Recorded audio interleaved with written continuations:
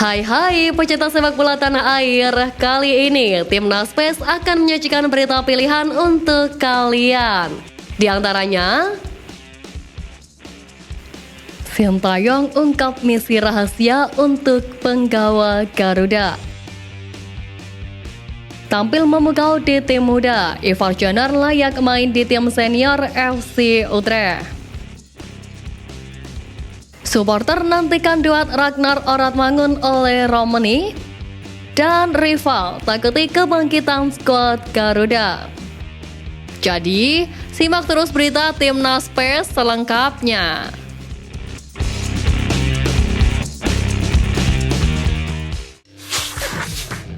Sebagaimana diketahui, skuad Garuda Muda bakal menghadapi gelaran Piala Asia U23 2024 yang berlangsung di Qatar mulai 15 April hingga 3 Mei mendatang. Timnas Indonesia U23 tergabung di grup A bersama tuan rumah Qatar, Australia, dan Yordania. Skuad Garuda Muda direncanakan menggelar pemusatan latihan di Dubai, Uni Emirat Arab.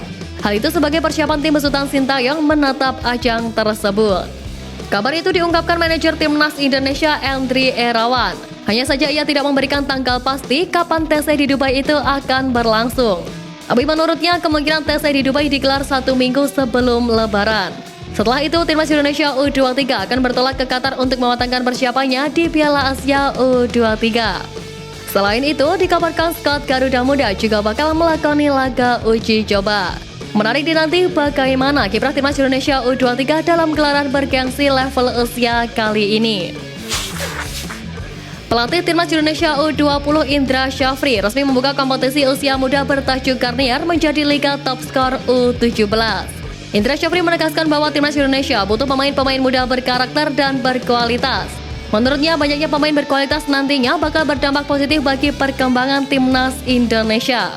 Hal ini sejalan dengan arahan Ketua Umum PSSI Erick Thohir, di mana ia ingin setiap Timnas Indonesia dari kelompok usia hingga senior mempunyai lapis pemain berkualitas yang lebih banyak lagi. Sementara Direktur Liga Top Skor Yusuf Kurniawan mengatakan bahwa ajang ini adalah edisi ke-13 sejak dimulai dari 2011.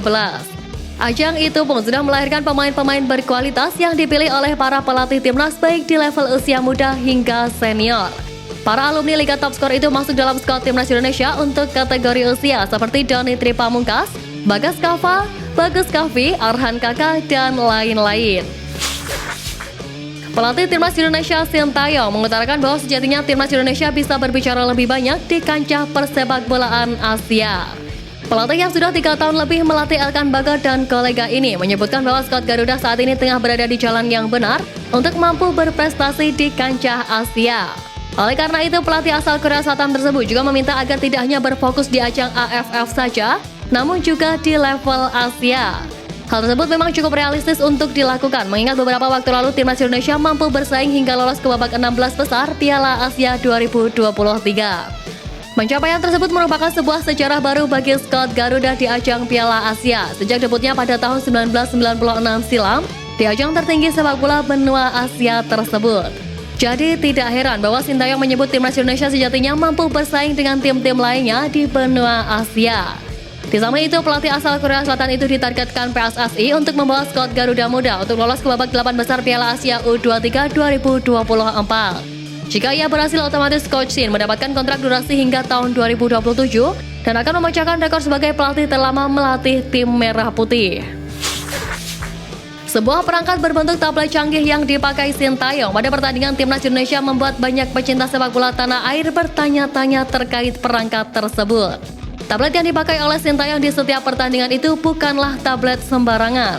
Tablet itu merupakan tablet yang sudah tersambung dengan perangkat lain yang dapat memberikan data jalannya pertandingan pada pelatih. Secara detail, pelatih dapat mengetahui berbagai data mencakup kecepatan pemain, jumlah operan, posisi pemain, pergerakan bola, dan berbagai data lainnya. Dengan begitu, pelatih-pelatih dapat menentukan keputusan apa yang akan ia lakukan untuk mengubah jalannya permainan. Namun, meski segala aspek pertandingan tersaji dalam matriks pada tablet tersebut, data yang didapat tidak boleh digunakan oleh pelatih dan jajarannya untuk mengintervensi keputusan wasit.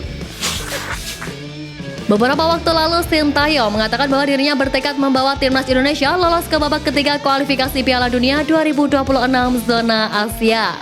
Karenanya, juru taktik asal Korea Selatan itu bakal mengincar hasil maksimal di 4 laga sisa pada babak kedua kualifikasi Piala Dunia 2026 zona Asia. Menariknya, media Vietnam Soha VM justru menilai pernyataan Sintayong itu terkesan sebagai ancaman bagi timnas Vietnam. Media tersebut menyebut ASTY bertekad menyamai prestasi Vietnam saat dipimpin Park Hang-seo, yakni lolos ke babak ketiga kualifikasi Piala Dunia 2022 zona Asia. Sementara itu, hanya 2 tim teratas di masing-masing grup yang berhak melaju ke putaran ketiga kualifikasi Piala Dunia 2026 zona Asia. Karena itu, timnas Indonesia minimal harus finish sebagai peringkat kedua grup F yang diisi oleh Irak, Vietnam, dan Filipina. Gelandang timnas Indonesia Ivar Jenner kembali turun sebagai starter saat timnya Jong Utrecht menghadapi Jong Ayak dalam lanjutan Eredivisie. Bermain selama 90 menit, Ivar Jenner menjadi pemain dengan rating tertinggi versi FOTMAP di timnya dengan rating 7,5. Tercatat Ivar Jenner membuat 1 peluang dan 1 tendangan ke arah gawang. Ivar Jenner juga mencatatkan akurasi passing hingga 76% dalam laga tersebut. Selain itu, Ivar Jenner juga cukup tangguh dalam menyerang dengan mencatatkan 100% dalam memenangkan tackle, serta 75% duel darat dan 67% duel udara. Ratingnya diberikan FOTMAP kepada Ivar Jenner ini menempatkan dirinya di posisi pertama pemain terbaik Jong Utrecht di laga tersebut. Dengan memiliki ranking tertinggi di level usia, bukan tak mungkin Ivar Jenner bakal segera mendapatkan tempat di tim senior FC Utrecht. Saat ini memang banyak pemain keturunan yang menunjukkan diri ingin membela timnas Indonesia. Terbaru nama Ole Romney, penyerang klub FC Utrecht yang menunjukkan minatnya terhadap skuad Garuda. Hal ini diketahui dalam komentarnya pada postingan media sosial Ragnar Oratmangun. Di samping itu, musim lalu bersama FC Emmen, Ole Romney mengemas 11 gol dari 33 penampilan di kasta teratas Liga Belanda Eredivisie. Namun Ole Romney tak bisa dalam waktu dekat memperkuat timnas Indonesia.